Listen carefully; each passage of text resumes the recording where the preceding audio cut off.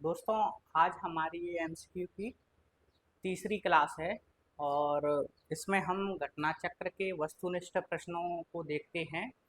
और वस्तुनिष्ठ प्रश्न में जो पहला प्रश्न है वो है मोहनजोदड़ो एवं हड़प्पा की पुरातात्विक खुदाई के प्रभारी कौन थे। तो दोस्तों, आपको जो बताना है कि हड़प्पा और मोहनजोदड़ो की जो खुदाई हुई थी उसके प्रभारी कौन थे।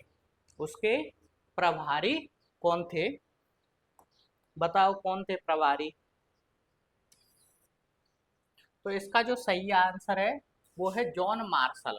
सर जॉन मार्शल हड़प्पा और मोहनजोदड़ो के पुरातात्विक खुदाई के प्रभारी थे, क्योंकि जो सिंधु सभ्यता के अंतर्गत हड़प्पा की जो खोज एवं उत्खनन हुआ वो दयाराम साहनी ने 1921 ईस्वी में किया था। और जो मोहनजोदड़ो का उत्खनन एवं खोज जो है राखलदास बनर्जी ने 1922 ईस्वी में की थी। तो हड़प्पा और मोहनजोदड़ो की जब खुदाई हुई थी उस समय भारतीय पुरातत्व विभाग के अध्यक्ष कौन थे, तो जॉन मार्शल थे। तो इस प्रकार से मोहनजोदड़ो एवं हड़प्पा की पुरातात्विक खुदाई के प्रभारी कौन थे, तो सर जॉन मार्शल उस समय पुरातत्व विभाग के अध्यक्ष थे और उसी समय वो प्रभारी भी थे। तो इस प्रकार से इसका आंसर क्या होगा, जॉन मार्शल। ठीक है।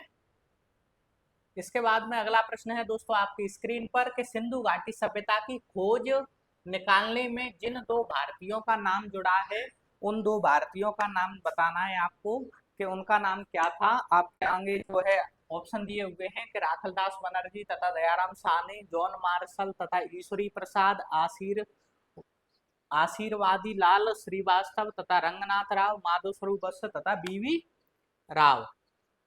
तो क्या होगा इसका आंसर, क्या होगा इसका आंसर। सिंधु घाटी सभ्यता की खोज निकालने में जिन दो भारतीयों का नाम जुड़ा है वे कौन हैं। तो इसका जो सही आंसर है वो राखल दास बनर्जी और दयाराम साहनी है। राखल दास बनर्जी और दयाराम साहनी इसका सही आंसर है, क्योंकि अभी मैंने बताया कि दयाराम साहनी ने 1921 में हड़प्पा की खोज की थी और 1922 में राखलदास बनर्जी ने मोहनजोदड़ो की खोज की थी। तो वही जो है क्वेश्चन पूछा गया है इसमें। ठीक है, बढ़ते हैं अगले प्रश्न पर। अगला प्रश्न आपकी स्क्रीन पर कि निम्नलिखित में से कौन सुमेलित नहीं है। तो आपको जो है सुमेलित नहीं है मतलब गलत जो है उत्तर छांटना है कि गलत उत्तर कौन सा है इनमें से। तो बताइए गलत उत्तर कौन सा है। चार ऑप्शन दिए हुए हैं, बताओ।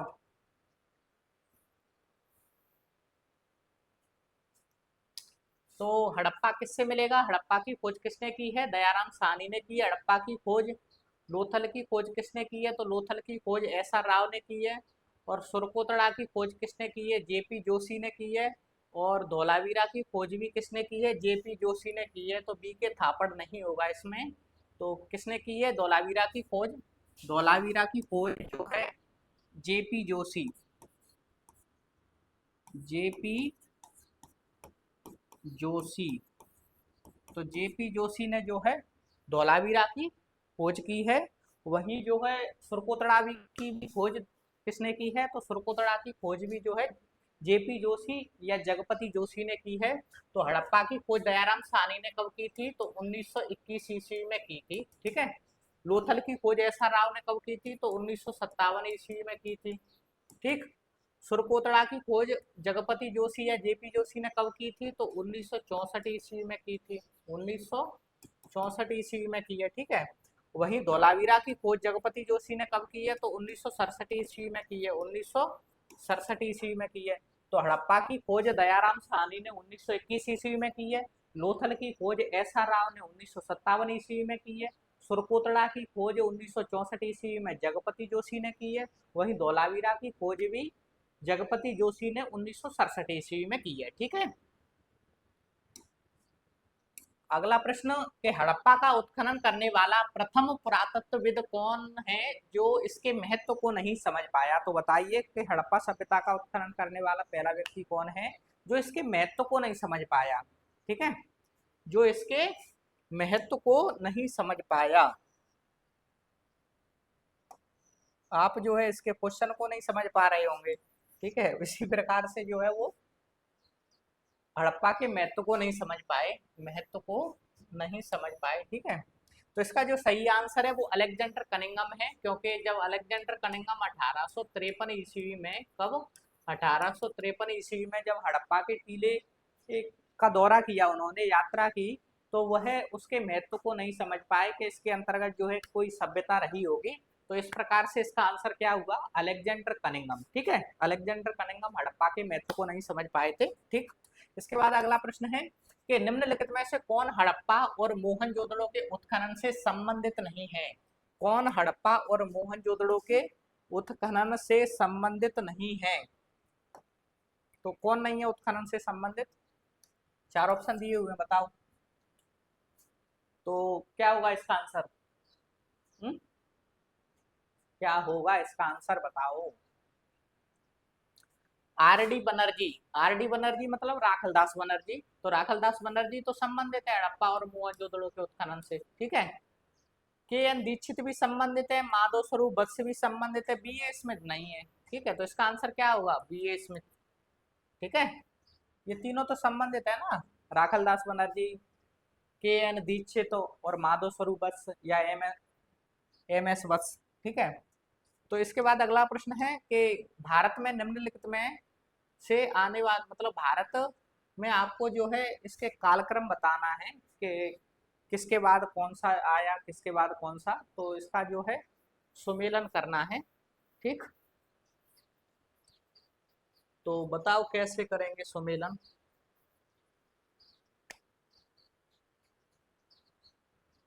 क्या होगा इसका आंसर बताओ। तो सोने के सिक्के हम कहाँ से, कब से मिलते हैं सोने के सिक्के। तो सोने के सिक्के दूसरी शताब्दी ईसा पूर्व के प्राप्त होते हैं। हिंद यूनानी शासकों ने जो है सोने के सिक्के जारी किए थे। किसने, हिंद यूनानी शासकों ने जो है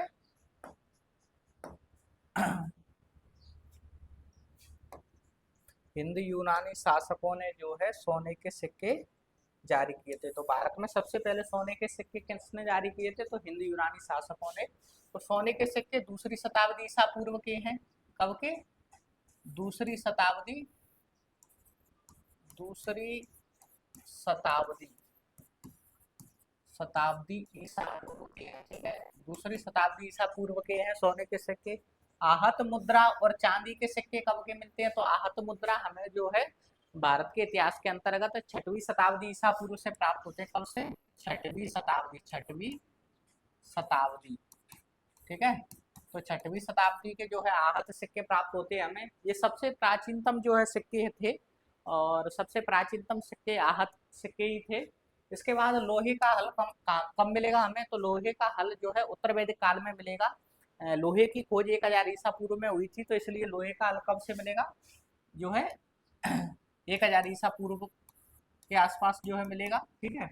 उसके बाद नगर संस्कृति का अर्थ क्या है यहाँ, तो नगर संस्कृति वही है सिंधु सभ्यता। तो क्योंकि सिंधु सभ्यता की जो विशेषता देखेंगे, तो सिंधु सभ्यता कैसी सभ्यता थी, तो एक विकसित एवं नगरीकृत सभ्यता थी। तो ये सिंधु सभ्यता हो गया। सिंधु सभ्यता का टाइम पीरियड जो है 2350 से लेकर जो है 1750 ईसा पूर्व में है, ठीक है। ये दोनों ही ईसा पूर्व में, ठीक है। तो इस प्रकार से क्या आंसर होगा, ठीक है। अगर हम जो है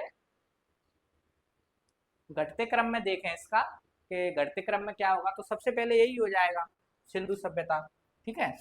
तो 4 इसका आंसर पहले आएगा, फिर इसके बाद जो है 4 के बाद जो है वैदिक सभ्यता आएगा उत्तर वैदिक काल में, तो 3 है। फिर उसके बाद में 6वीं शताब्दी आएगा, तो 2, और फिर उसके बाद में 1, 4 3 2 1 कहीं है, 4 3 2 1, ये रहा 4 3 2 1। तो इसका आंसर ये सही होगा, ठीक है। अगर आपसे जो है उल्टा पूछता तो इसका आंसर जो है बदल जाता, फिर 1 2 3 4 हो जाता, ठीक है। तो घटते क्रम में पूछा गया है, ठीक है। तो इस प्रकार से इसका आंसर 4 3 2 1 है। सोने के सिक्के दूसरी शताब्दी ईसा पूर्व के हैं। आहत जो सिक्के हैं चांदी के, वो 6वीं शताब्दी ईसा पूर्व के हैं। लोहे का हल जो है एक, क्योंकि लोहे की खोज उत्तर वैदिक काल में हुई है 1000 ईसा पूर्व में, तो इसलिए 1000 ईसा पूर्व के हैं। और नगर संस्कृति जो है वो सिंधु सभ्यता की बात कर रहा है, क्योंकि जो सिंधु सभ्यता का जो टाइम पीरियड है वो 2350 से लेकर 1750 ईसा पूर्व तक है, ठीक है। इसके बाद अगला प्रश्न बताना है कि सर्वप्रथम मानव ने निम्न धातु का उपयोग किया, तो आपको बताना है कि सर्वप्रथम किस धातु का प्रयोग जो है मानव ने किया था। सर्वप्रथम किस धातु का प्रयोग मानव ने किया है, बताओ क्या आंसर होगा इसका। सर्वप्रथम किस धातु का उपयोग जो है मानव ने किया है।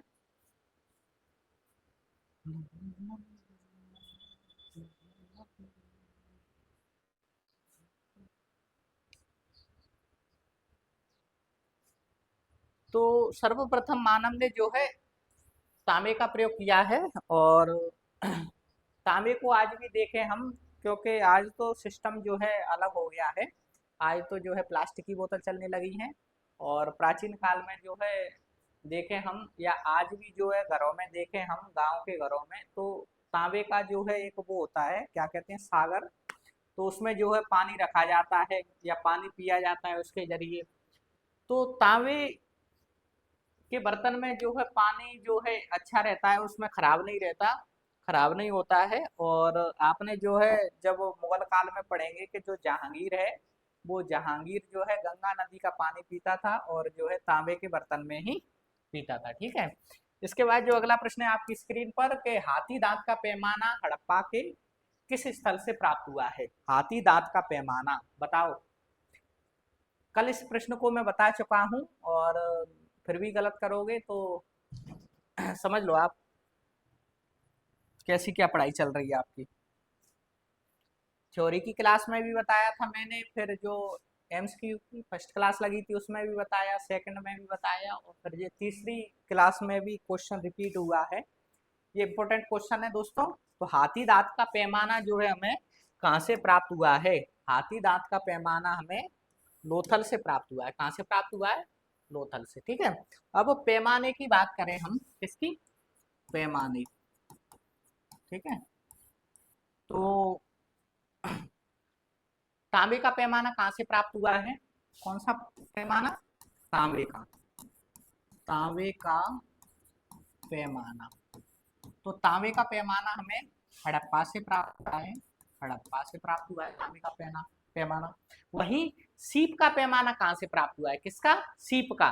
और सीप को क्या कहा जाता है, शंख। आप कहो सीप क्या होता है, सीप शंख को ही कहा जाता है। ठीक है। तो सीप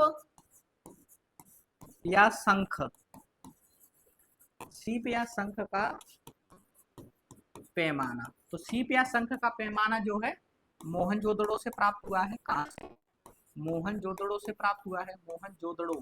ठीक है। तो सीप का पैमाना कहाँ से प्राप्त हुआ है, मोहनजोदड़ो से प्राप्त हुआ है। वही जो है हाथी दांत का पैमाना कहाँ से प्राप्त हुआ है, हाथी दांत का पैमाना, हाथी दांत का पैमाना कहाँ से प्राप्त हुआ है, लोथल से प्राप्त हुआ है। ठीक है। और इन पैमानों के आधार पर हम कह सकते हैं कि सिंधु घाटी सभ्यता के लोगों को अंक गणित का ज्ञान था। किसका ज्ञान था, अंक गणित का ज्ञान था सिंधु घाटी सभ्यता के लोगों को। ठीक है। इसके बाद अगला प्रश्न आपकी स्क्रीन पर, कि हड़प्पा कालीन स्थलों में अभी तक किस धातु की प्राप्ति नहीं हुई है। हड़प्पा कालीन स्थलों में अभी तक किस धातु की प्राप्ति नहीं हुई है। तो हड़प्पा के जो स्थल हैं उनसे किस धातु की प्राप्ति अभी तक नहीं हुई, आपको बताना है। चार ऑप्शन दिए हुए हैं, बताओ क्या होगा। अभी तक क्लास जो है, आज की जो क्लास अगर आपने जो है ध्यान से सुनी होगी तो आप इसका आंसर जो है सही लगा सकते हो। लोहे की प्राप्ति नहीं हुई है भाई, क्योंकि जो लोहे की प्राप्ति है वो उत्तर वैदिक काल में हो रही है। कब, उत्तर वैदिक काल, उत्तर वैदिक काल में। ठीक है। उत्तर वैदिक काल में कब, 1000 ईसा पूर्व के आसपास। ठीक है। क्योंकि लोहे की खोज जो है 1000 ईसा पूर्व के आसपास उत्तर वैदिक काल में हो रही है। तो हड़प्पा में कहाँ से मिल जाएगी, हड़प्पा सभ्यता में कहाँ से मिल जाएगा ये लोहा। ठीक। तांबे की बात करें तो सिंधु सभ्यता के जो लोग थे वो तांबा प्लस टिन को मिलाकर क्या करते थे, कांसा बनाते थे। ठीक है। कितनी जबरदस्त केमिस्ट्री रही होगी इन लोगों की। और तांबा प्लस टिन को मिलाकर क्या बनाते थे, ये कांसा बनाते थे। सोने के भी साक्ष्य प्राप्त हो रहे हैं हमें सिंधु घाटी सभ्यता से। और सोने के साक्ष्य हमें, जैसे हम हड़प्पा से देखें तो सोने का कंगन प्राप्त हो रहा है हड़प्पा से हमें, सोने के मन के वाला हार प्राप्त हो रहा है हड़प्पा से। ठीक है। तो सोने के भी प्राप्ति हो रही है। वहीं चांदी की बात करें अगर हम, तो चांदी के कलश प्राप्त हो रहे हैं हमें, ठीक है। एक श्रृंगी पशु अंकित चांदी की 2 मोहरें प्राप्त हो रही हैं, कहाँ से? मोहनजोदड़ो से। तो चांदी का कलश प्राप्त हुआ है मोहनजोदड़ो से, ठीक है। एक श्रृंगी पशु अंकित चांदी की 2 मोहरें प्राप्त हुई हैं, कहाँ से? मोहनजोदड़ो से। तो इस प्रकार से जो चांदी का प्राचीनतम साक्ष्य है वो हमें मोहनजोदड़ो से प्राप्त होता है, ठीक है। और जो एक श्रृंगी पशु अंकित मोहर बता रहा हूँ मैं मोहनजोदड़ो से, तो सिंधु सभ्यता का जो राजकीय पशु है वो एक श्रृंगी पशु है। सिंधु सभ्यता का राजकीय पशु क्या है? एक श्रृंगी पशु। और अगर आपसे प्रश्न पूछा जाता कि सिंधु सभ्यता का सबसे पूज्य पशु कौन सा है, तो फिर सिंधु सभ्यता का सबसे पूज्य पशु है कुवड़ वाला बैल, कुवड़ वाला सांड या कुवड़ वाला बैल। आम बोलचाल में जो है नादिया कहा जाता है उसे, आम बोलचाल में क्या कहा जाता है? नादिया। और जब हम गांव में थे तो उस टाइम पे जो है नादिया बाबा आते थे, एक बाबा थे और जो है नादिया लेकर आते थे, घंटाई वंटाई लटकी थी उन नादिया के पास। तो उनसे जो है भविष्य जानने की कोशिश की जाती थी कि जो है नौकरी लगेगी कि नहीं, ठीक है, क्या भविष्य रहेगा, कैसा क्या रहेगा, शादी होगी कि नहीं। तो इस प्रकार के जो है प्रश्न पूछा करते थे और बहुत मजा आता था, ठीक। तो सिंधु सभ्यता के लोग तांबा प्लस टिन को मिलाकर कांसा बनाते थे। सोने का जो साक्ष्य प्राप्त हुआ है सिंधु घाटी सभ्यता से, क्योंकि जो हड़प्पा से हमें सोने के मनके वाला हार प्राप्त हुआ है, सोने का कंगन प्राप्त हुआ है। वही चांदी हमें चांदी का कलश मोहनजोदड़ो से प्राप्त हुआ है। और एक श्रृंगी पशु अंग के चांदी की 2 मोहरें प्राप्त हुई है हमें मोहनजोदड़ो से। और जो लोहा है वो उत्तर वैदिक कालीन की विशेषता है। और जो लोहे की खोज है वो 1000 ईसा पूर्व में हुई थी, 1000 ईसा पूर्व में हुई थी, ठीक है। इसके बाद अगला प्रश्न है आपकी स्क्रीन पर कि निम्न में से कौन सा स्थल घग्गर और उसकी सहायक नदी घाटियों के बीच में स्थित है या पास में स्थित है उसके, ठीक है। तो बताओ, घग्गर और उसकी सहायक नदी, घग्गर और उसकी सहायक नदी, बताओ क्या होगा इसका आंसर।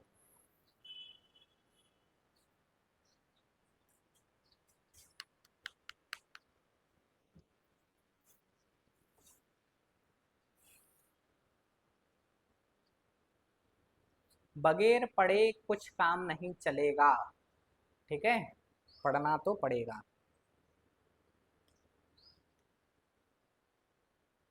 किसी भी काम को करने के लिए दोस्तों आपको मेहनत तो करनी पड़ेगी, और वो मेहनत जी जान से करनी पड़ेगी, तभी आपको लक्ष्य की प्राप्ति होगी। और बिगर मेहनत के लक्ष्य की प्राप्ति करना असंभव है दोस्तों, तो मेहनत तो करनी पड़ेगी आपको, ठीक है। और इसका आंसर क्या होगा? इसका आंसर क्या होगा? घग्गर और उसकी सहायक नदियों घाटियों के बीच, ठीक है। तो आलमगीरपुर कहाँ बताया था मैंने? आलमगीरपुर उत्तर प्रदेश में मेरठ जिले में हिंडन नदी के तट पर है, ठीक है। तो ये तो हो गया हिंडन नदी के तट पर, ठीक है। वहीं जो है लोथल कहाँ बताया था? तो लोथल गुजरात में अहमदाबाद जिला है, और वहाँ जो है भोगवा नदी के तट पर स्थित है। तो लोथल किस नदी के तट पर? भोगवा नदी के तट पर स्थित है, ठीक है। वही मोहनजोदड़ो पाकिस्तान के सिंध प्रांत में सिंधु नदी के तट पर स्थित है, ठीक है। वहीं बनावली कहाँ बताया था? तो बनावली हरियाणा के हिसार जिले में जो है, बनावली हरियाणा के हिसार जिले में जो है घग्गर नदी के तट पर स्थित है।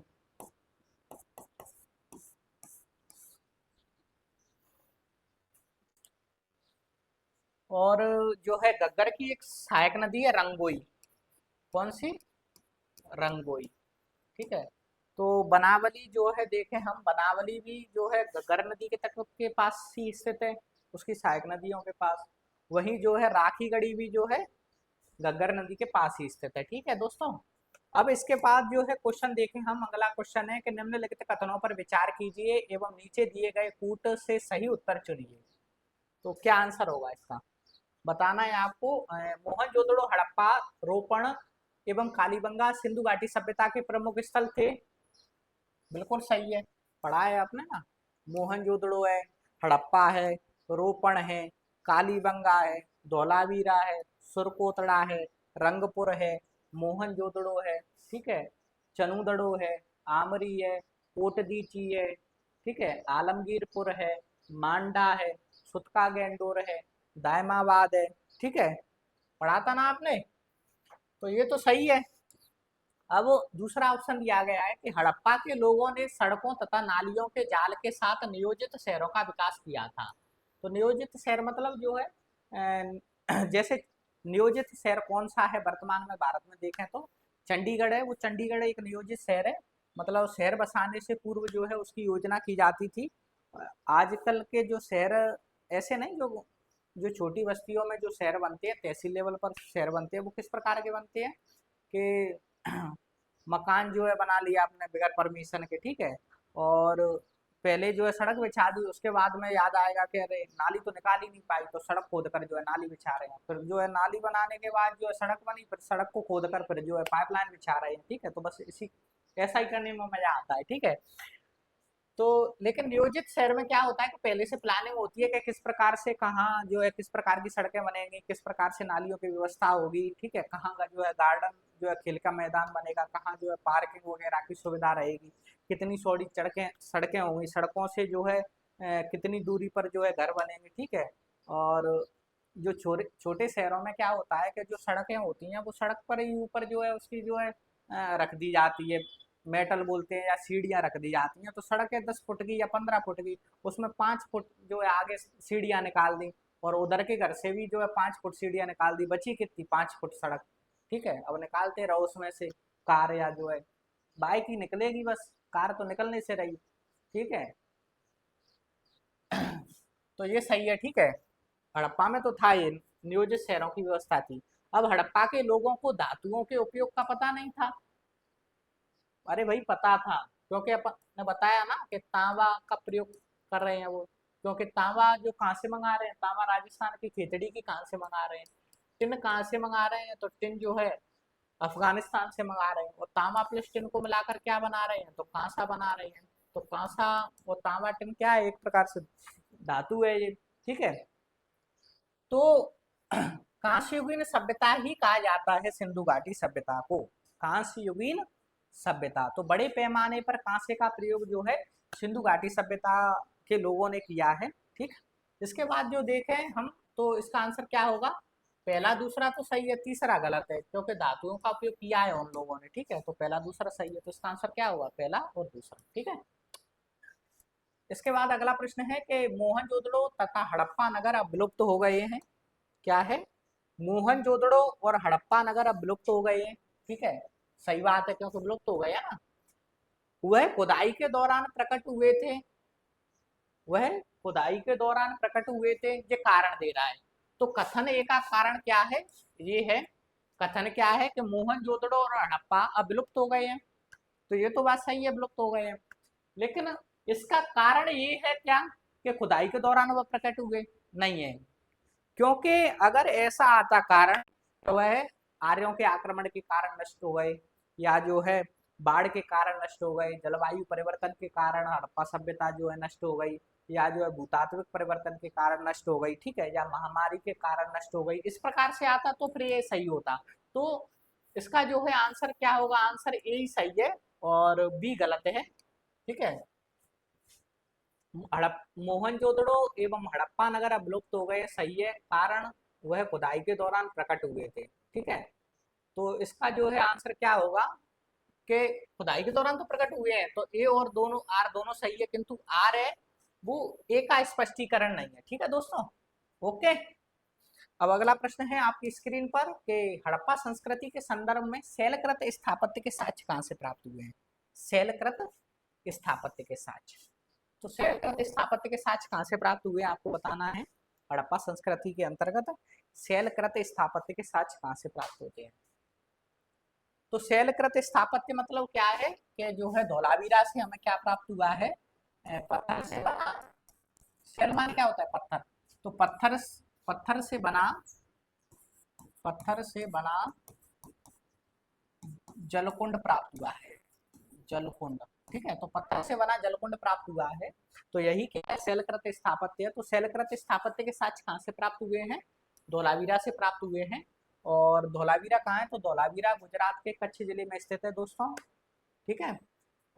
धोलावीरा कहाँ है, धोलावीरा गुजरात के कच्छ जिले में स्थित है, ठीक। इसके बाद धोलावीरा से जो शैलकृत स्थापत्य के साक्ष्य तो प्राप्त हुए हैं, इसके बाद जो 16 विशाल जलाशय भी प्राप्त हुए हैं धोलावीरा से, ठीक है। विश्व का सबसे बड़ा जलाशय भी प्राप्त हुआ है धोलावीरा से, विश्व का सबसे बड़ा जलाशय भी प्राप्त हुआ है, 73 × 29 × 10, ठीक है।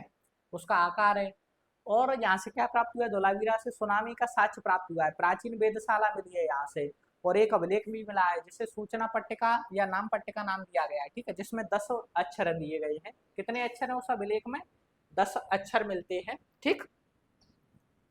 इसके बाद में जो हम देखें कि आमरी, आमरी को और देखते हैं, आमरी, तो जो आमरी है वो प्राक हड़प्पाई स्थल है। आमरी क्या है, प्राक हड़प्पाई, प्राक हड़प्पाई स्थल है आमरी। आमरी किस प्रकार का स्थल है, प्राक हड़प्पाई स्थल है। आमरी से जो है भूरे,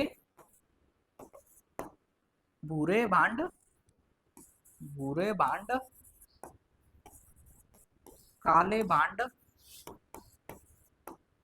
धूसर वर्णी भांड, धूसर वर्णी भांड,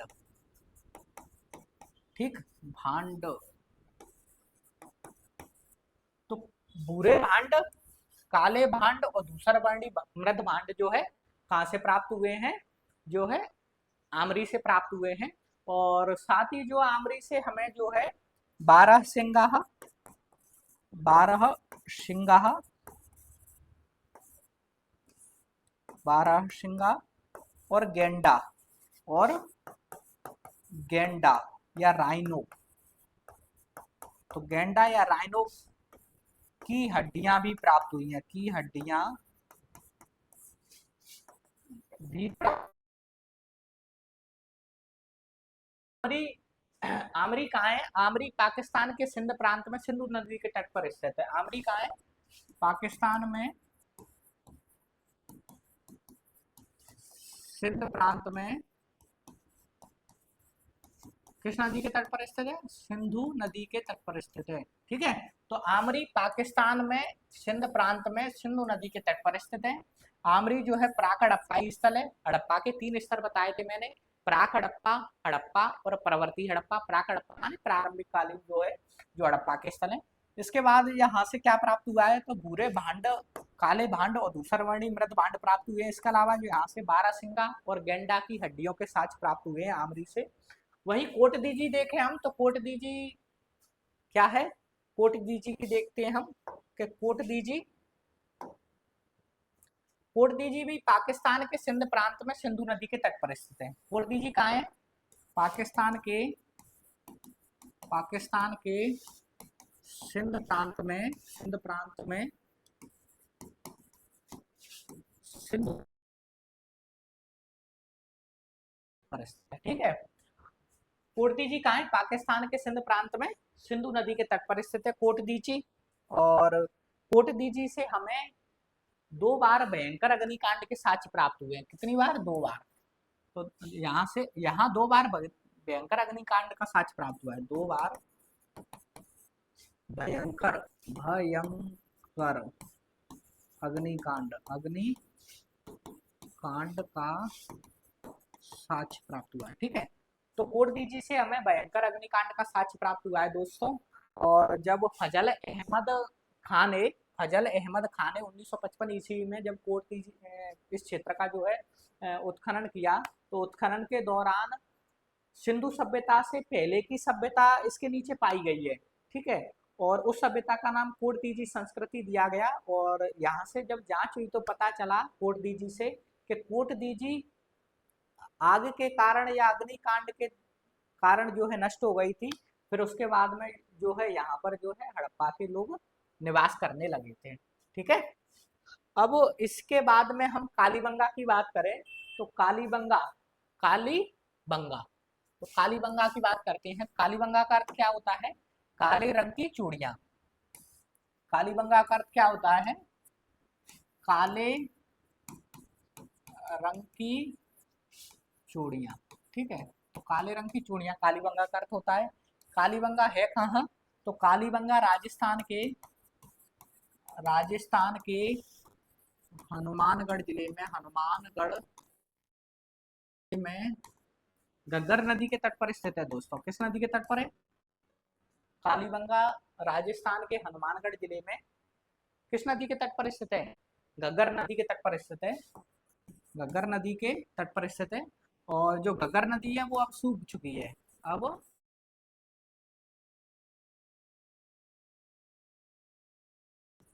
ठीक है, ओके। तो कालीबंगा का अर्थ क्या होता है? कालीबंगा का अर्थ काले रंग की चूड़ियां होता है दोस्तों। कालीबंगा का अर्थ क्या होता है? कालीबंगा का अर्थ जो है काले रंग की चूड़ियां होता है। कालीबंगा राजस्थान के हनुमानगढ़ जिले में घग्गर नदी के तट पर स्थित था। और कालीबंगा की खोज किसने की थी दोस्तों? तो कालीबंगा की खोज किसने की थी? तो कालीबंगा की खोज 1951 ईस्वी में 1951 ईस्वी में अमलानंद घोष ने की है। किसने? अमलानंद घोष। अमलानंद घोष ने जो है कालीबंगा की खोज की है। इसके बाद इसके उत्खनन की बात करें, कालीबंगा का उत्खनन किसने किया है? उत्खनन, तो कालीबंगा का उत्खनन है वो बीवी लाल और बी के थापड़ या बी के थापर, ठीक है। तो बी के थापर ने कब किया है? 1961 ईस्वी में, ठीक है, 1961 ईस्वी में, ठीक। इसके बाद हम कालीबंगा में देखें तो कालीबंगा से हमें कालीबंगा का नाम देखते हैं। तो कालीबंगा को किन किन नामों से जाना जाता है? तो कालीबंगा के नाम देखें, अन्य नाम क्या? अन्य नाम। तो कालीबंगा को दीनहीन लोगों की बस्ती कहा जाता है। दीनहीन लोगों की बस्ती, कालीबंगा को क्या कहा जाता है दोस्तों? दीनहीन लोगों की बस्ती कहा जाता है कालीबंगा को, ठीक है, या गरीबों की बस्ती कहा जाता है। और दीनहीन लोगों की बस्ती या गरीबों की बस्ती कहने के पीछे क्या कारण है कि कालीबंगा को जो है दीनहीन लोगों की बस्ती या गरीबों की बस्ती कहा जाता है? तो इसलिए कहा जाता है क्योंकि कालीबंगा से हमें जो मकान प्राप्त हुए हैं उन मकानों में कच्ची ईंटों का प्रयोग किया गया है। कच्ची ईंटों का प्रयोग किया गया है। तो कालीबंगा के मकानों में जो है कच्ची ईंटों का प्रयोग किया गया है, इसलिए कालीबंगा को दीनहीन लोगों की बस्ती या गरीबों की बस्ती कहा जाता है। इसके अलावा कालीबंगा का एक और नाम है, ठीक है, एक नाम तो दीनहीन लोगों की बस्ती या गरीबों की बस्ती है, दूसरा नाम क्या है? दूसरा नाम ये है कि कालीबंगा को जो है सिंधु सभ्यता की तीसरी राजधानी कहा जाता है। कालीबंगा को सिंधु सभ्यता की तीसरी राजधानी कहा जाता है। तीसरी राजधानी। तो दो राजधानियां और कौन कौन सी हैं? हड़प्पा और मोहनजोदड़ो। स्टुअर्ट पिगट ने कहा भी है कि स्टुअर्ट पिगट कहते हैं कि मोहनजोदड़ो और हड़प्पा इस विस्तृत साम्राज्य की तो जुड़वा राजधानियां हैं, ठीक है। तो हड़प्पा हो गई, मोहनजोदड़ो हो गई, और जो तीसरी राजधानी जो है वो कौन सी है? तो कालीबंगा है, ठीक। इसके बाद देखें तो कालीबंगा से क्या क्या प्राप्त हुआ है? कालीबंगा से क्या क्या प्राप्त हुआ है? तो सबसे जो इम्पोर्टेंट बात है कालीबंगा से, तो कालीबंगा से जुते हुए खेत का साक्ष्य प्राप्त हुआ है। कालीबंगा से क्या प्राप्त हुआ है? कालीबंगा से जुते हुए खेत का साक्ष्य प्राप्त हुआ है दोस्तों। कालीबंगा से क्या प्राप्त हुआ है? जुते हुए खेत का साक्ष्य। जुते हुए खेत का साक्ष्य कहाँ से प्राप्त हुआ है? कालीबंगा से। और जुते हुए खेत का साक्ष्य सुरतगढ़ से भी प्राप्त हुआ है। तो जुते हुए खेत का साक्ष्य कालीबंगा से भी प्राप्त हुआ है। कालीबंगा सुरतगढ़ सुरतगढ़। तो कालीबंगा और सुरतगढ़ से जुते हुए खेत का साक्ष्य प्राप्त हुआ है। जो कालीबंगा से जो जुता हुआ खेत प्राप्त हुआ है वो इस प्रकार से प्राप्त हुआ है कि पूर्व से पश्चिम की ओर जुता हुआ है, इस प्रकार से उसकी गहराइयां हैं, ठीक है। और उत्तर से दक्षिण की ओर भी जुता हुआ है, इस प्रकार से, ठीक है। तो इस प्रकार हम कह सकते हैं कि जो कालीबंगा के लोग हैं वो एक ही खेत से दो प्रकार की फसलें प्राप्त करते थे। एक ही खेत से दो प्रकार की फसलें प्राप्त कहाँ से करते थे? जो है कालीबंगा के लोग करते थे खेत से। तो कालीबंगा के जो लोग हैं वो जो एक ही खेत से दो प्रकार की फसलें प्राप्त करते हैं। तो जुते हुए खेत का साक्ष्य कहाँ से प्राप्त हुआ है? कालीबंगा से प्राप्त हुआ है, ठीक है। एक खेत से दो प्रकार की फसलों के साक्ष्य कहाँ से प्राप्त हुए हैं?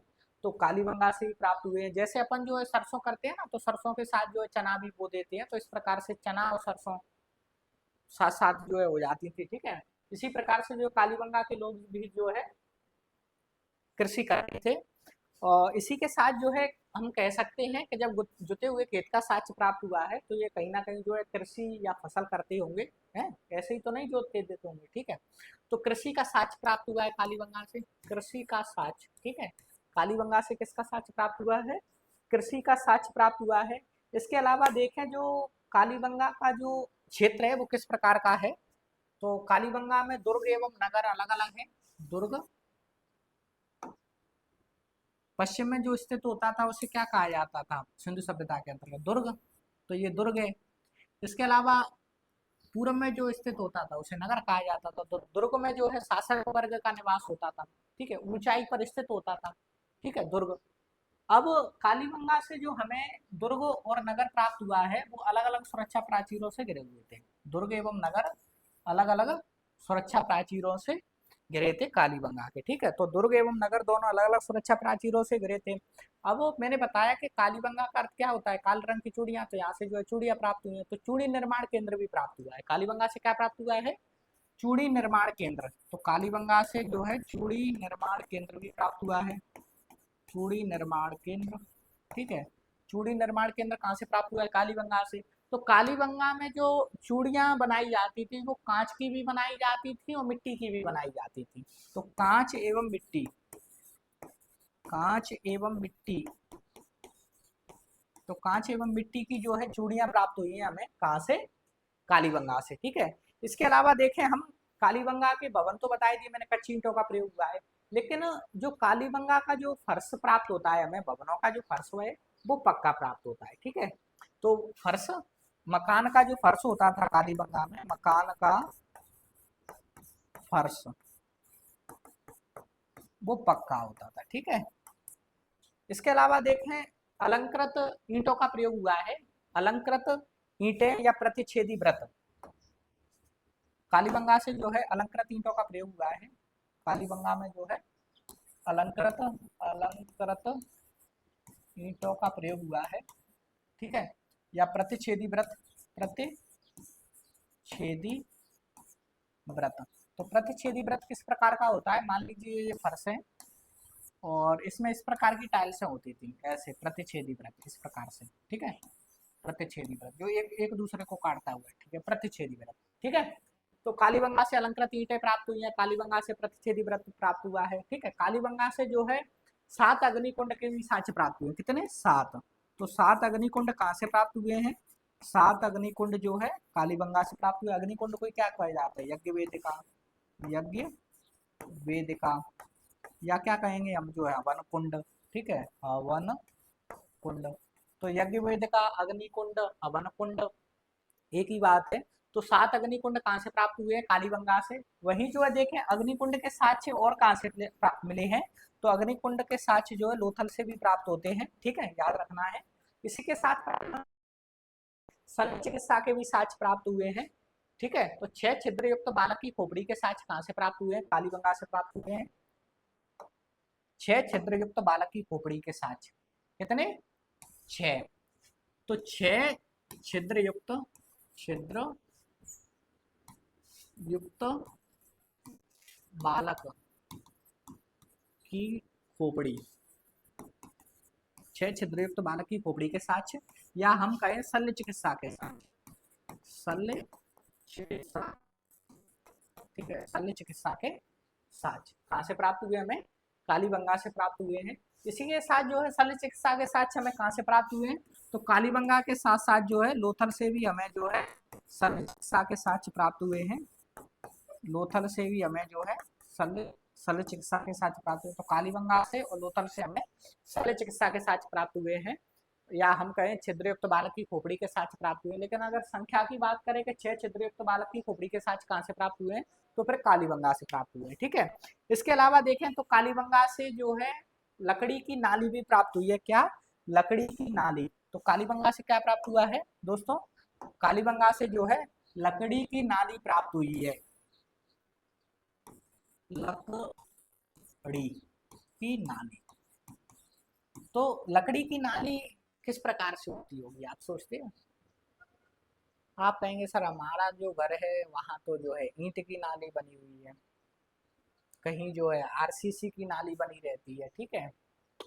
लेकिन कालीबंगा के जो लोग थे वो लकड़ी की नाली का प्रयोग करते थे।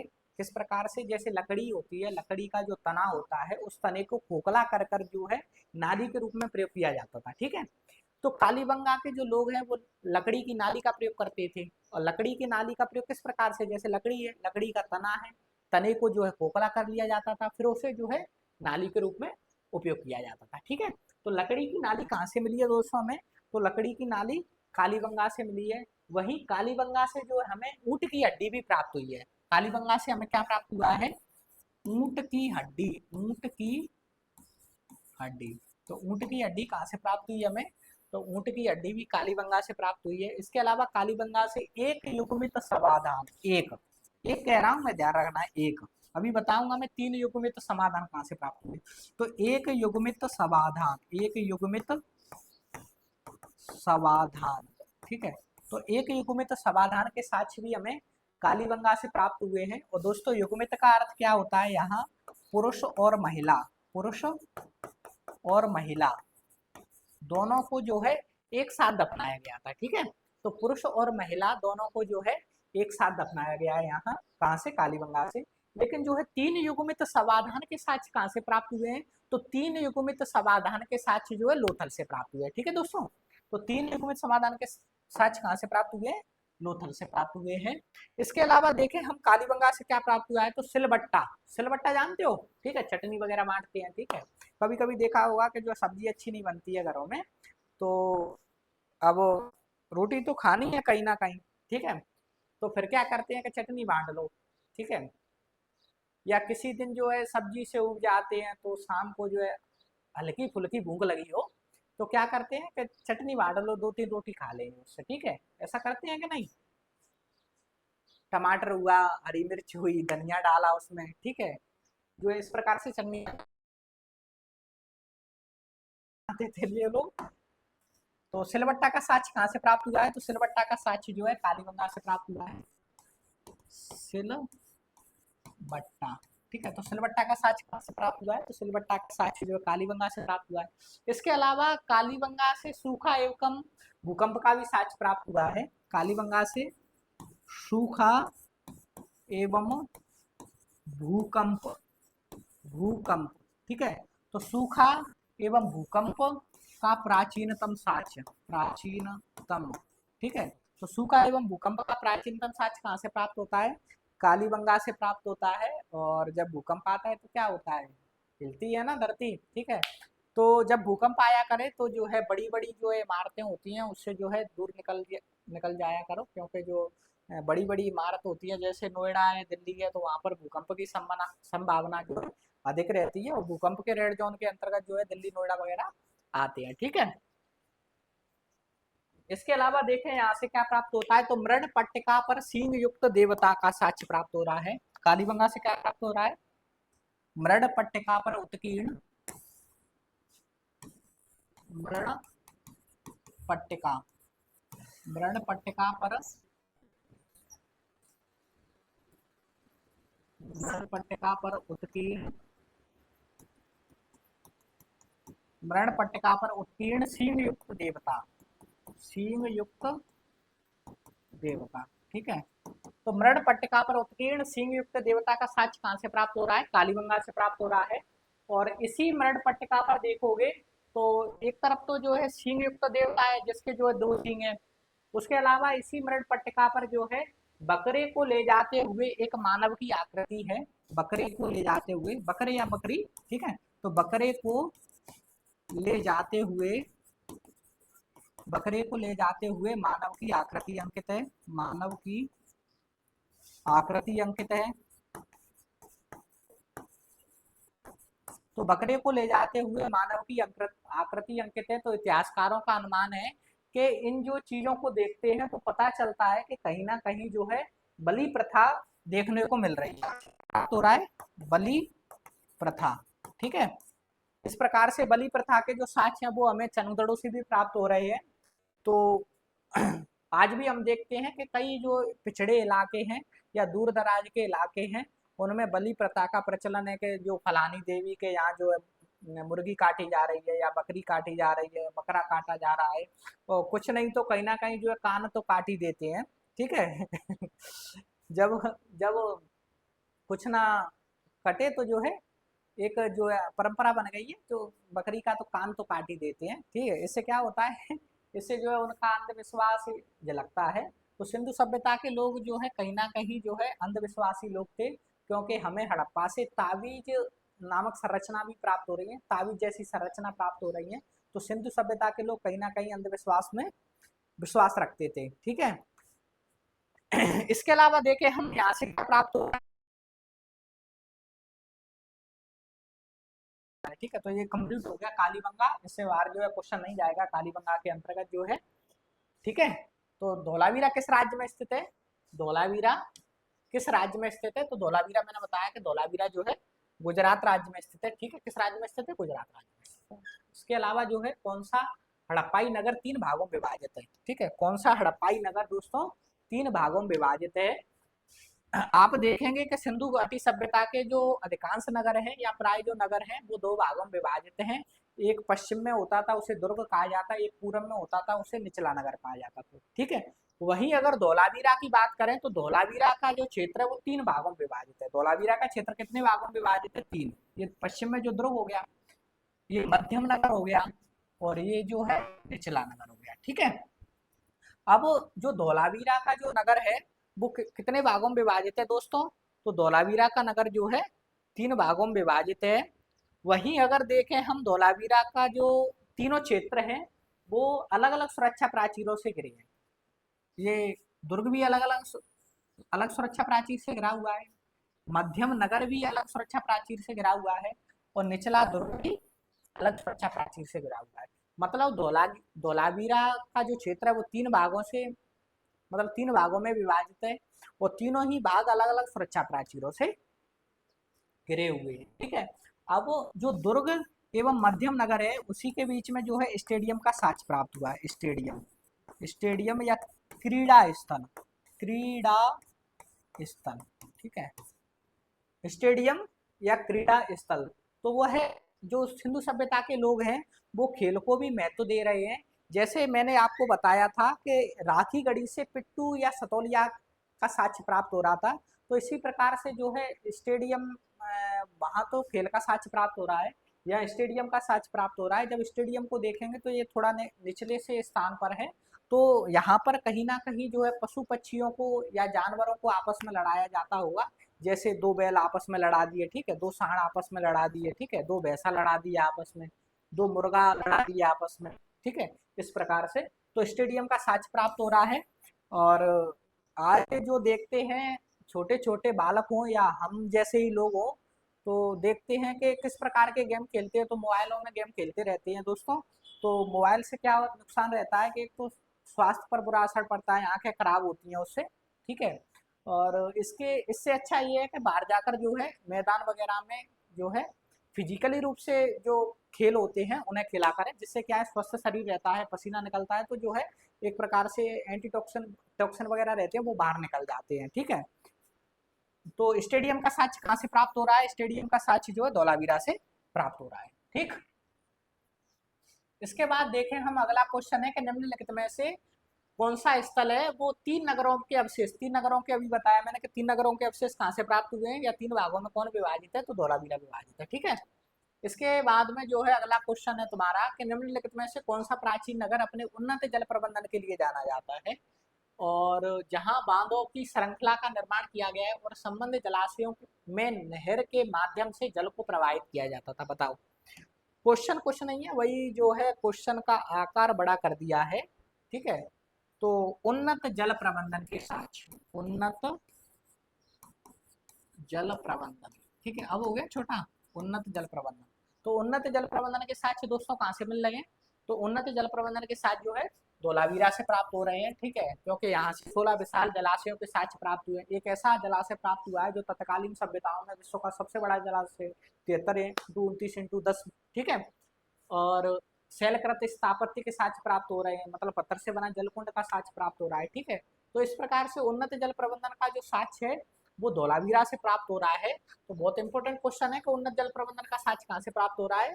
तो उन्नत जल प्रबंधन का साक्ष्य जो है धौलावीरा से प्राप्त हो रहा है। ठीक है, इसके बाद अगला प्रश्न है कि उन्नत जल प्रबंधन वही क्वेश्चन है, तो धौलावीरा है। ठीक है, और इसके बाद में निम्नलिखित में से किस स्थल से द्विसब संस्कार या डबल बैरियल का प्रमाण मिला है?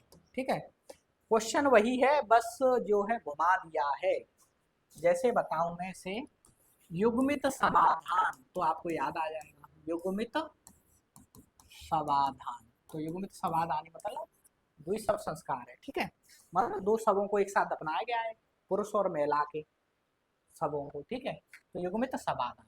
अब युग्मित समाधान की बात करें हम, तो कालीबंगा से भी युग्मित समाधान के साक्ष्य प्राप्त हो रहे हैं, और लोथल से, कहां से युग्मित समाधान के साक्ष्य? कालीबंगा, कालीबंगा से, और कहां से? लोथल से, ठीक है। अब लोथल से कितने प्राप्त हो रहे हैं? तो लोथल से एक युग्मित समाधान मिल रहा है, एक युग्मित समाधान, एक युग्मित है वहां पर, मतलब एक पुरुष और एक महिला को ही दफनाया गया। जबकि यहाँ देखें हम लोथल से, तो लोथल से कितने प्राप्त हो रहे हैं? तीन युग्मित समाधान, तीन युग्मित समाधान प्राप्त हो रहे हैं, ठीक है, तीन युग्मित समाधान प्राप्त हो रहे हैं, ठीक है। तो इसका आंसर क्या होगा? इसका आंसर जो है, दोनों ही आंसर होंगे, क्योंकि इसमें द्विशव संस्कार पूछा गया है, तो लोथल भी होगा और कालीबंगा भी होगा। अगर इसमें पूछा जाता कि एक युग्मित समाधान का साक्ष्य कहां से प्राप्त हो रहा है, तब जो है इसका आंसर कालीबंगा होता, ठीक है। अगर इसका, अगर इससे पूछा जाता कि तीन युग्मित समाधान के साक्ष्य कहां से प्राप्त हो रहे हैं, तो तीन युग्मित समाधान के साक्ष्य जो लोथल से प्राप्त हो रहे हैं, ठीक है। तो इसे देखने से तो यही पता चल रहा है कि जो है इसका आंसर जो है दोनों ही होंगे, ठीक है, कोई शक की बात नहीं है, ठीक। इसके बाद अगला प्रश्न आपकी स्क्रीन पर दोस्तों, और इसमें पूछा गया है कि सनोली, सनोली है, सनोली से क्या प्राप्त हुआ है, ठीक है, बताओ सनोली से क्या प्राप्त हुआ है। पहली बात तो ये सनोली है कहाँ? सनोली, सनोली है कहाँ? तो सनोली उत्तर प्रदेश के बागपत जिले में है, उत्तर प्रदेश के बागपत, ठीक है, उत्तर प्रदेश के बागपत जिले में जो है सनोली स्थित है, या सनोली। और सनोली से 125 मानव समाधान के साक्ष्य प्राप्त हुए, तो इसका आंसर क्या होगा? मानव समाधान के साक्ष्य। और कितने मानव समाधान के साक्ष्य? 125 मानव समाधान के साक्ष्य कहां से प्राप्त हुए हैं? सनोली से प्राप्त हुए हैं, सनोली से। दोस्तों सनोली से 125 मानव समाधान के साक्ष्य प्राप्त हुए हैं, कितने? 125। दो दो बार रिपीट करने का मेरा आशय यह है यहाँ, कि जो है आपको जो है प्रत्येक क्वेश्चन जो है एकदम दिमाग में अच्छे से सटीक जो है बैठ जाए, और जिससे परीक्षा में भी जो है उसका जो है लाभ उठा पाए आप, ठीक है। तो दबा के पढ़ते रहिए दोस्तों, ठीक है। इसके बाद जो है अगला प्रश्न है कि हड़प्पा सभ्यता का स्थल मांडी भारत के किस राज्य में स्थित है? मांडी, तो मांडी कहाँ है? मांडी दोस्तों, मांडी कहाँ है? ठीक, आपको बताना है मांडी कहाँ है, और तब तक मैं पानी पी लूं दोस्तों थोड़ा।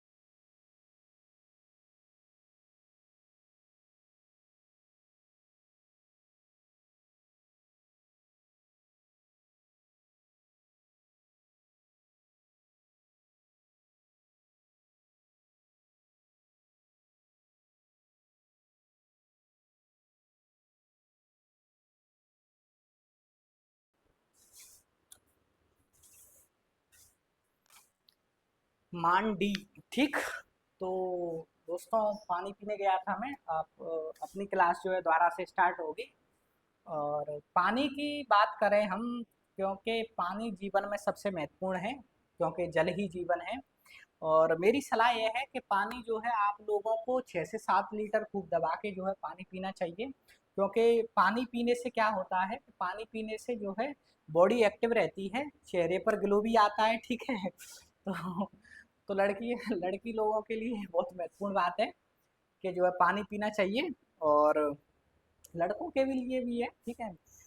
तो पानी पीने से एक चीज़ ये है कि जो आपका स्वास्थ्य है वो अच्छा रहता है, क्योंकि पानी के माध्यम से जो है आपके शरीर में बनने वाले जो हानिकारक पदार्थ हैं वो पेशाब के जरिए बाहर निकल जाते हैं। और जब भी जो है दवाई वगैरह मेडिसिन वगैरह भी खाते हैं लोग, तो जो है अधिक से अधिक पानी पिया करें, जिससे क्या होता है कि जो दवाइयों से किडनी पर असर पड़ता है। तो जब जो है पानी पीते हैं आप, तो उन दवाइयों का जो असर है वो पेशाब के जरिए जो है बाहर निकल जाता है, ठीक है। तो पानी जो है आपको जो है 6 से 7 लीटर पीना चाहिए, खूब दबा के जो है पानी पीना चाहिए दोस्तों, ठीक है। अपने प्रश्न को देखते हैं कि मांडी, जो हड़प्पा का स्थल है मांडी, वो कहाँ स्थित है, मांडी किस राज्य में स्थित है, ठीक है। तो मांडी जो है उत्तर प्रदेश राज्य में स्थित है। मांडी कहाँ है दोस्तों? मांडी उत्तर प्रदेश राज्य में स्थित है। वही जो है अगला प्रश्न है कि वस्त्रों के लिए कपास की खेती का आरंभ सबसे पहले कहाँ किया गया था? वस्त्रों के लिए कपास की खेती, ठीक है, 4 ऑप्शन दिए हैं, ठीक है। तो भारत में, क्योंकि सिंधु सभ्यता के अंतर्गत हम देखेंगे कि सूती वस्त्र का साक्ष्य कहाँ से प्राप्त हो रहा था? तो सूती वस्त्र का जो है साक्ष्य, सूती वस्त्र, तो सूती वस्त्र का जो साक्ष्य जो है मोहनजोदड़ो से प्राप्त हो रहा था। कहाँ से? मोहनजोदड़ो से। तो मोहनजोदड़ो से। इसके अलावा जो है नवीन खोज में जो है हड़प्पा से भी जो है सूती वस्त्र का साक्ष्य प्राप्त हुआ है। कहाँ से? हड़प्पा से, ठीक है। तो अब जो है सूती वस्त्र का साक्ष्य मोहनजोदड़ो से भी है, हड़प्पा से भी है, ठीक है। बढ़ते हैं अगले प्रश्न पर। और अगला प्रश्न है कि निम्नलिखित में से कौन सा जो है लक्षण है वो सिंधु सभ्यता के लोगों का सही चित्रण करता है? बताओ। चारों जो है 3 ऑप्शन दिए हुए हैं, कौन सा जो है आपको चित्रण करता है, और बर्तनों में सही कथन छांटना है, ठीक है। तो उनके विशाल महल एवं मंदिर थे। तो क्या सिंधु घाटी सभ्यता में जो है विशाल महल और मंदिर है? तो मंदिर तो मैंने बताया ही नहीं है। सिंधु सभ्यता के अंतर्गत मंदिर कहाँ बताए? मूर्ति पूजा का साक्ष्य मिल रहा है सिंधु सभ्यता से, क्योंकि हड़प्पा और मोहनजोदड़ो से अनेक स्त्री मृण मूर्तियां प्राप्त हुई हैं। तो संभवतः है हड़प्पा सभ्यता से मूर्ति पूजा का जो आरंभ माना जा सकता है, ठीक है। लेकिन मंदिर तो नहीं मिल रहे, क्योंकि मंदिर तो हमें जो है गुप्त काल के अंतर्गत देखे जाएंगे। मंदिर के साक्ष्य कब से प्राप्त होंगे? मंदिर के साक्ष्य जो है गुप्त काल से मिलेंगे हमें, ठीक है। तो ये तो गलत हो गया, ठीक। इसके बाद देवियों और देवताओं दोनों की पूजा करते थे, ठीक है, क्योंकि जो है मात्र देवी की पूजा कर रहे हैं या उर्वरता की देवी की पूजा कर रहे हैं, मूर्ति पूजा कर रहे हैं। वहीं जो है देखे हम जो है देवता आदि का भी जो है अंकन देखा था हमने कि कालीबंगा से मृण पट्टिका पर सिंह युक्त देवता मिल रहा है। वहीं जो है मोहनजोदड़ो से भी एक ऐसा देवता मिल रहा है जिसके सर पर 3 सिंह है, जिसे पशुपति शिव या आद्य शिव कहा जाता है। तो वह मोहर में अंकित पशुपति शिव या आद्य शिव का अंकन कहाँ से प्राप्त हो रहा है? तो मोहनजोदड़ो से प्राप्त हो रहा है। उसके सिर पर जो है 3 सिंह है, ठीक है। दाएं ओर क्या है? तो दाएं ओर बाघ, गैंडा, हाथी और जो है भैंसा प्राप्त हो रहे हैं, ठीक है, दाएं और बाएं। तो इस प्रकार से 4 ये दो पैरों के पास जो है हिरन, ठीक है। तो बाघ, हाथी दाएं तरफ है, और गेंडा, भैंसा बाएं तरफ है, और पैरों के पास जो है 2 हिरन हैं। तो कहीं ना कहीं जो है आज के शिव की जो पूजा सिंधु सभ्यता के लोग हैं वो पशुपति या आद्य शिव के रूप में करते होंगे, ठीक है। तो देवी और देवताओं की पूजा तो मिल रही है। वे युद्ध में घोड़े द्वारा खींचे गए रथों का प्रयोग करते थे, ठीक है, करते थे कि नहीं?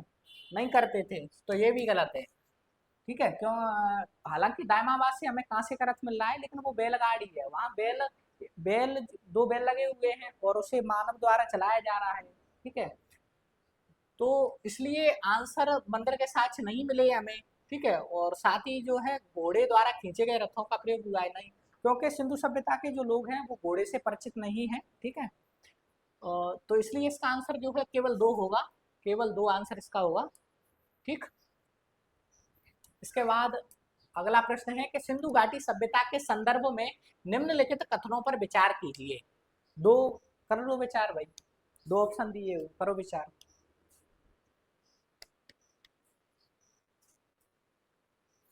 दोस्तों के साथ गप तो खूब लड़ाते होगे,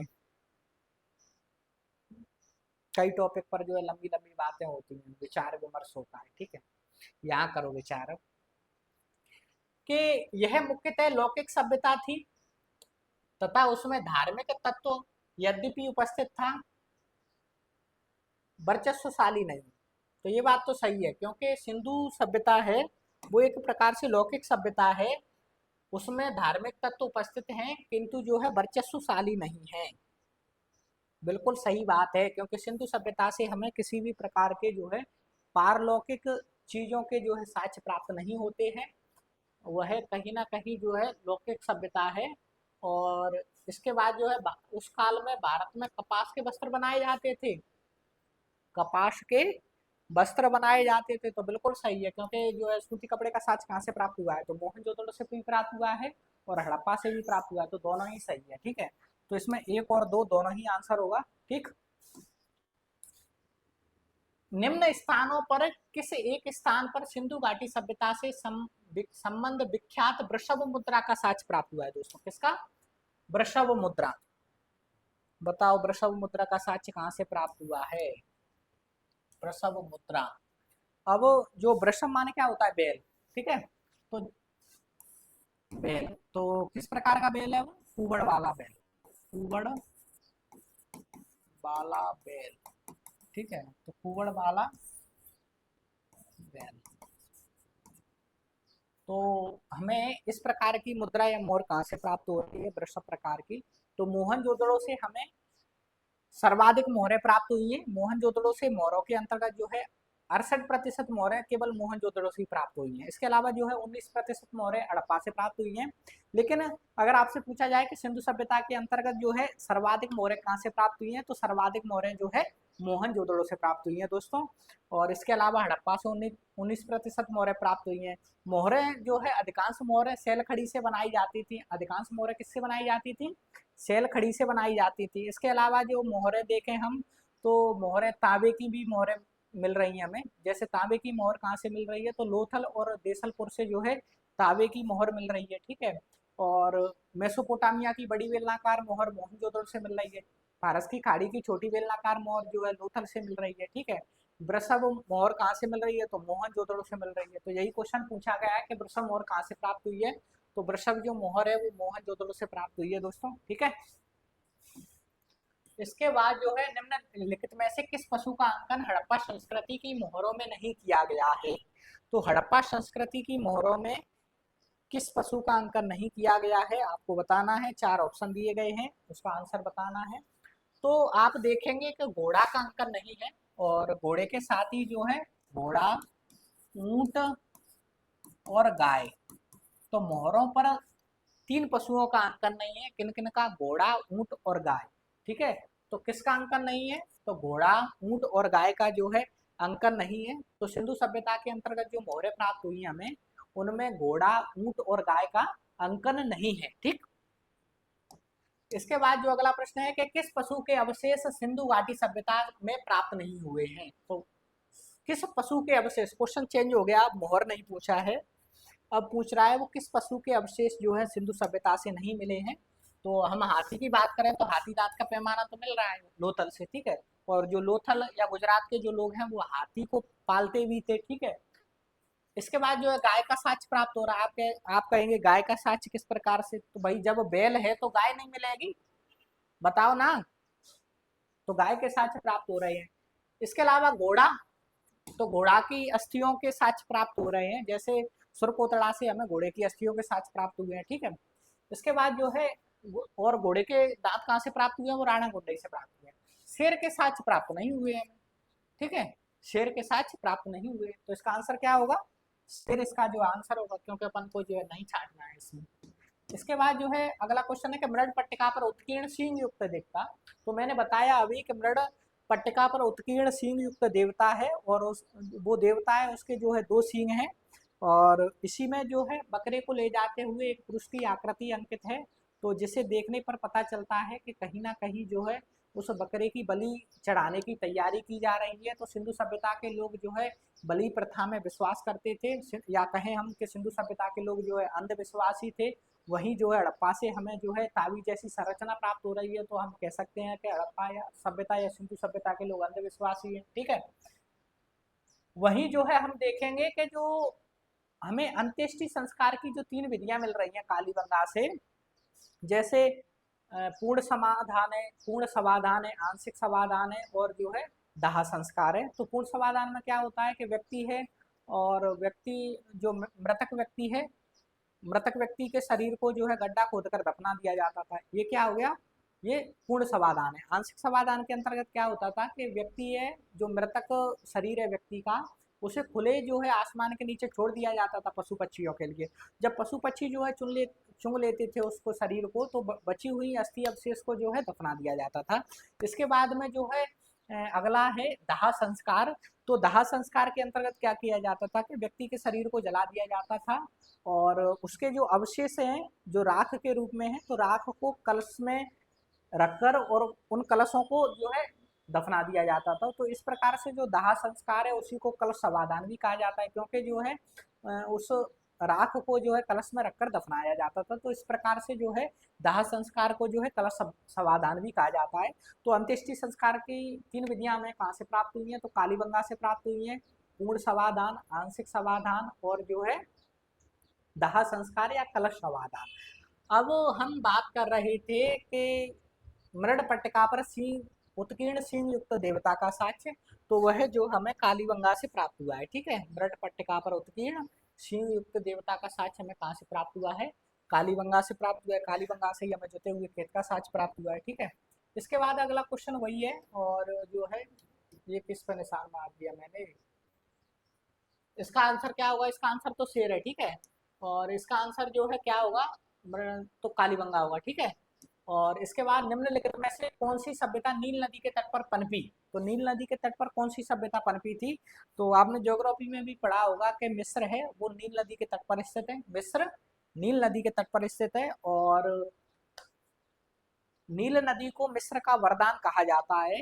नील नदी को मिस्र का वरदान कहा जाता है, क्योंकि वरदान कहने के पीछे कारण यह है कि